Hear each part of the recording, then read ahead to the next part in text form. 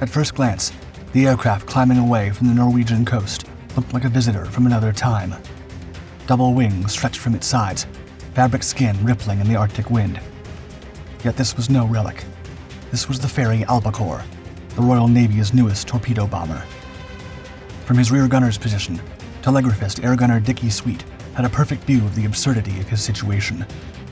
In the summer of 1941, his fabric-covered biplane banked and turned through Nazi-occupied skies, while modern all-metal fighters tangled in furious combat around him. Inside the heated cockpit, his fingers found the controls of his powered turret, one of many innovations that contrasted this aircraft's appearance.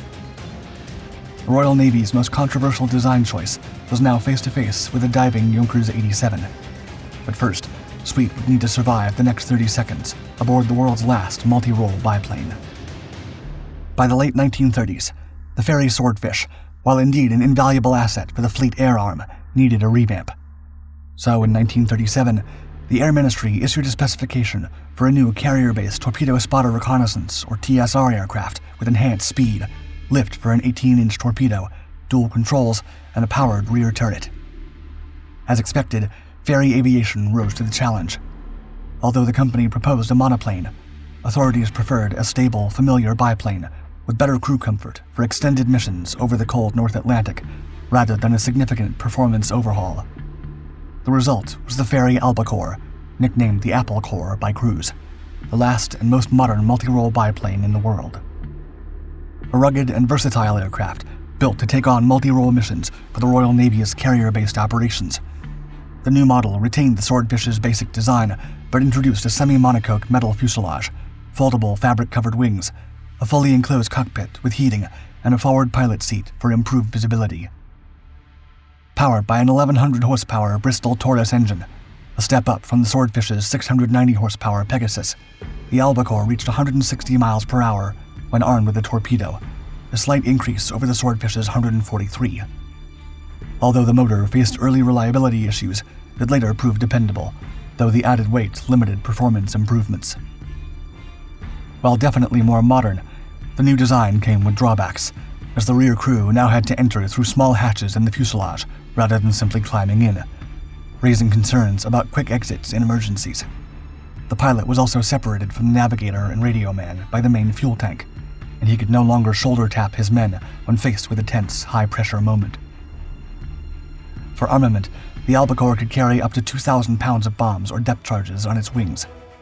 It had a single .303 caliber machine gun in the wing for the pilot, with a single Vickers K machine gun for the rear gunner, later upgraded to twin guns. The prototype first flew in December 1938, with production orders following soon after.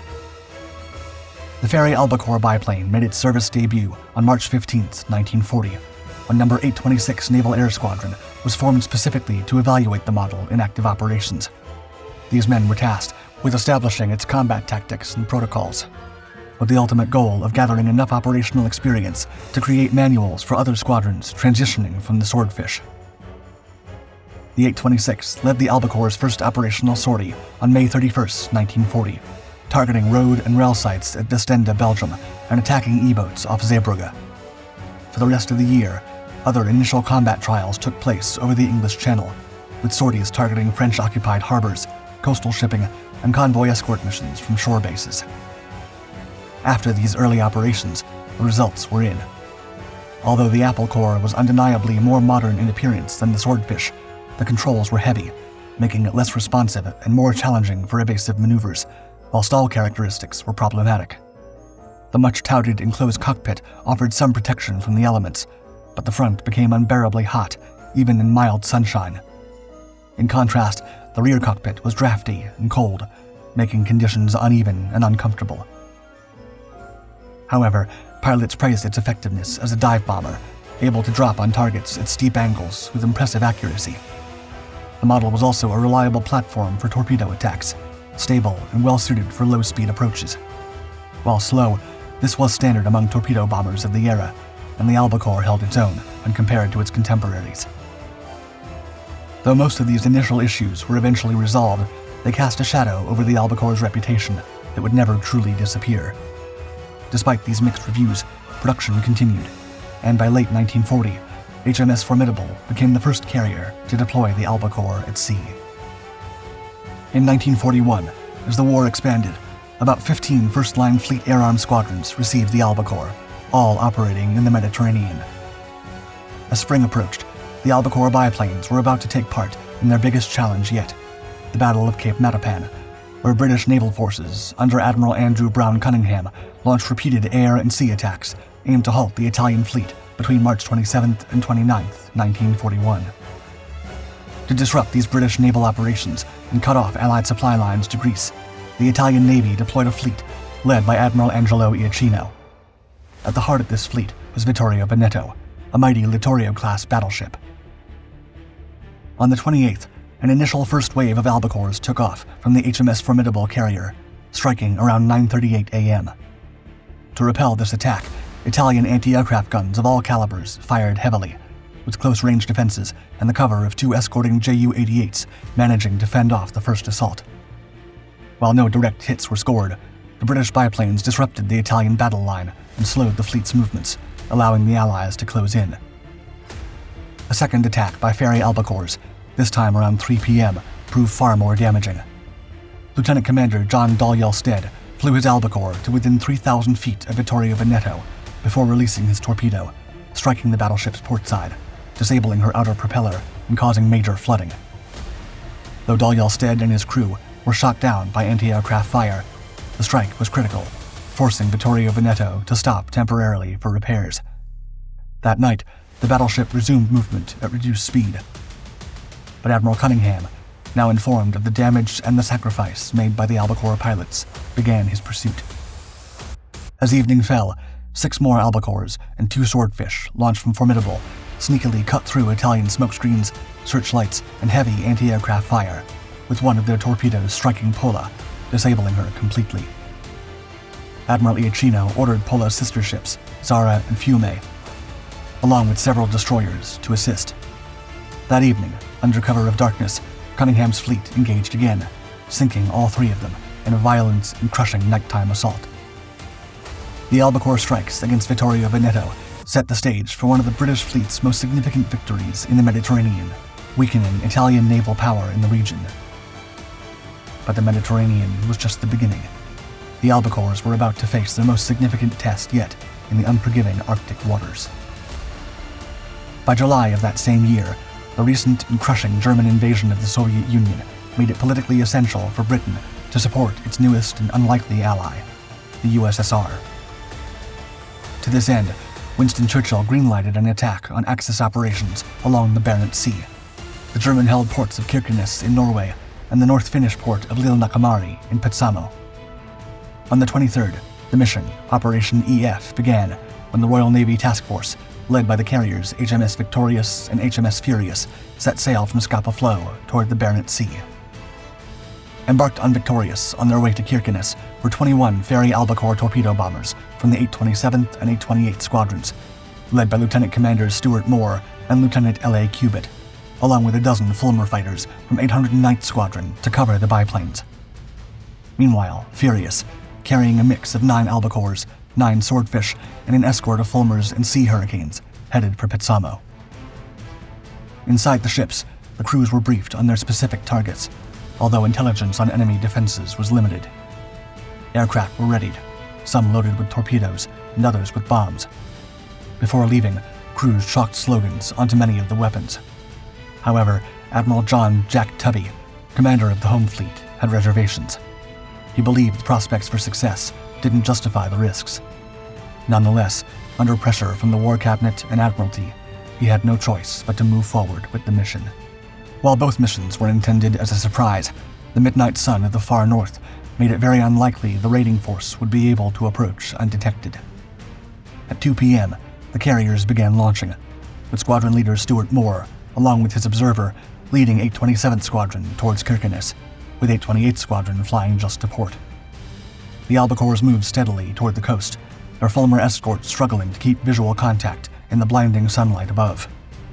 With absolutely no cloud cover, the crews fired the Luftwaffe colors of the day. However, when a German reconnaissance plane and a hospital ship quickly spotted the task force, it eliminated any chance of surprise. Unbeknownst to the Allies, The German forces in the area included Messerschmitt Bf-109 and Bf-110 fighters, Ju-87 Stukas, and Ju-88 bombers. With the odds turning sharply against them as they drew near, the mission's fatal risks were now undeniable. As they reached the coastline, the Albacores faced intense ground fire. Flying low over the harbor, the pilots realized that instead of the full harbor they were promised, they could only see a single merchant ship. The Luftwaffe quickly overwhelmed the Albacores. Sub-Lieutenant Charles Howard described his harrowing experience, quote, "We launched our torpedo at a German ship in the harbor. As we turned to make our escape, I heard a roar of cannon fire from below us. We were hit, and the aircraft broke up around us. The next thing I knew, we were in the fjord and swimming for the shore and into captivity." But not all was lost. Aboard his Albacore, Telegraphist air gunner Dickie Sweet paid close attention as his pilot brought them down to torpedo-dropping height, releasing it and climbed back directly into a hail of anti-aircraft fire as they pulled away from the harbor. Circling like vultures, the enemy fighters plucked their targets from the struggling swarm of Allied aircraft, attempting to break free from the fjord. Just as Sweet's Albacore cleared a cliff, a Junkers Ju-87 appeared directly in their path. With no time to lose, the air gunner fired as it crossed their line of sight and watched it go down, marking the day's only confirmed victory for the Allied biplanes. However, the rest of the force faced devastating losses. Within only a few minutes on Kirkenes during Operation EF, the Royal Navy lost 11 Albacores out of the 21 deployed, along with 2 Fulmar fighters. Meanwhile, the harbor remained largely undamaged, a grim outcome for such a costly mission. About 35 miles away in Finland, in a nearly simultaneous effort, Furious launched her own strike on Petsamo with 9 Albacores and 9 Swordfish, escorted by 6 Fulmars. Once again, expectations were quickly dashed as the harbor was nearly empty of shipping. However, the Finnish ports had lighter anti-aircraft fire and fewer Luftwaffe fighters, as they were occupied at Kirkenes. In contrast to Norway, some of the Allied aircraft carrying bombs were able to hit shore installations, igniting at least 1 oil tank. Shortly after, Messerschmitt Bf-109s intercepted the force, taking down 1 Fulmar and shooting down an Albacore in the midst of its torpedo run. Thankfully, the crew escaped in a dinghy and eventually reached safety with Soviet forces at Murmansk. Despite major successes, the attack on Petsamo had limited results. A small Norwegian vessel was sunk, a jetty destroyed, and a few oil tanks damaged. In total, Operation EF cost the Royal Navy 12 Albacores, 4 Fulmars, and 44 aircrews, with 17 killed and only 3 managing to escape. Admiral Sir John Tubby later praised the courage of the aircrews, who chose to fly on despite losing the element of surprise, adding with a note of irony, quote, "I trust the encouragement to our allies was proportionately great." Although the summer 1941 attacks on merchant vessels at Kirkenes and Petsamo were an outright disaster, this setback didn't mark the end of the Albacores in the region. Instead, using the hard-earned lessons, Albacores continued conducting raids that fell, aborting missions in clear weather or when enemy fighters were nearby. The Fairey Albacore reached its peak strength with the British in mid-1942, equipping 15 Fleet Air Arm squadrons across all major Royal Navy war zones. Albacores took part in Operation Torch, the November 1942 invasion of North Africa, conducting ocean patrols and attacking coastal targets. They also played a key role at El Alamein, performing reconnaissance, reporting German positions, and using flares to assist RAF night bombers. For about a year and a half, the 828th Squadron conducted numerous sorties on Axis shipping, laying mines and bombing convoys in North Africa, Sicily, and even mainland Italy. The unit was present during Operation Husky, the Sicily landings, and later at Salerno, conducting anti-submarine patrols with Allied destroyers and bombing fortified positions, airfields, and depots. But the Albacore's more complex design and higher production costs caused it to switch to night operations, or else be used more conservatively to ensure that losses were kept to manageable levels, eventually leading to the type's early exit from frontline service. By 1943, the Albacore was replaced in frontline FAA service by the Fairey Barracuda, and in some cases, the Swordfish, the very aircraft it was built to succeed. The very adaptable Swordfish continued to serve well in maritime patrol and anti-submarine roles, carrying radar for U-boat hunting, something the Albacore simply couldn't match. The last FAA Albacore squadron was disbanded in late 1943.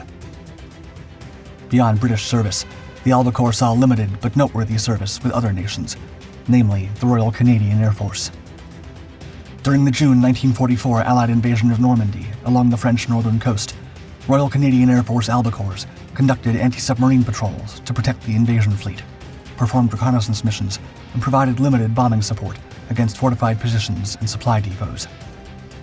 Although modern sources often cast the Albacore in quite an unfavorable light due to its brief service life, the type simply entered service during a transitional period in military aviation, when the concept of a biplane combat aircraft was already obsolete.